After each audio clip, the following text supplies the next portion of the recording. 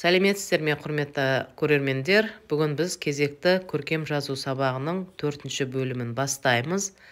Бүгін біз сіздермен Н, Т және Ш әріптерінің кішкентайын жазып үйренетін боламыз. Осы торкөздерді пайдалана отырып, балаларға мұқият сабырлықпен үйрететін болсақ, балаларыңыздың жазуы жөнделетін болады. Яғни балалар көркем жазып үйренеді. Н әрпінің бастап жазған кезде міне таяқшаны пайдаланып, екінші қолын созып жазатын боламыз. Арада екі торкөзді тастап, дәл осылай бір қатарға жазып шығамыз. Кішкентай әріптерді осылай торкөздің ішіне жазу балаларға қиындық тудырмайды.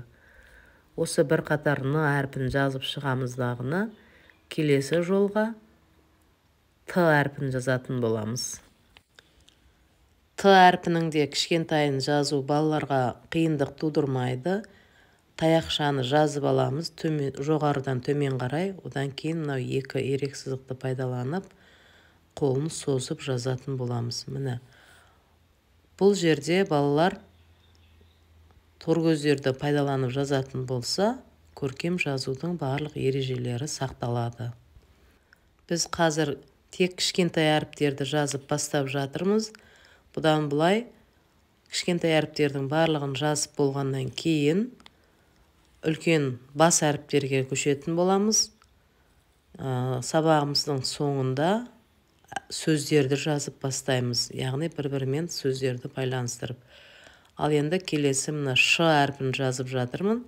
Ш әрпінің жазылуы да қиындық тудырмайды. Торкөздерді тиімді пайдалансақ, әріпіміз өте әдемі шығады. Менің бұл видеом сіздерге пайдалы болды деп ойлаймын. Құрметті ұстаздар, балалармен жұмыс жасап жатқан ата-аналар осы каналға жазылып, менің видеоларыма қолдау көрсетіп отырыңыздар.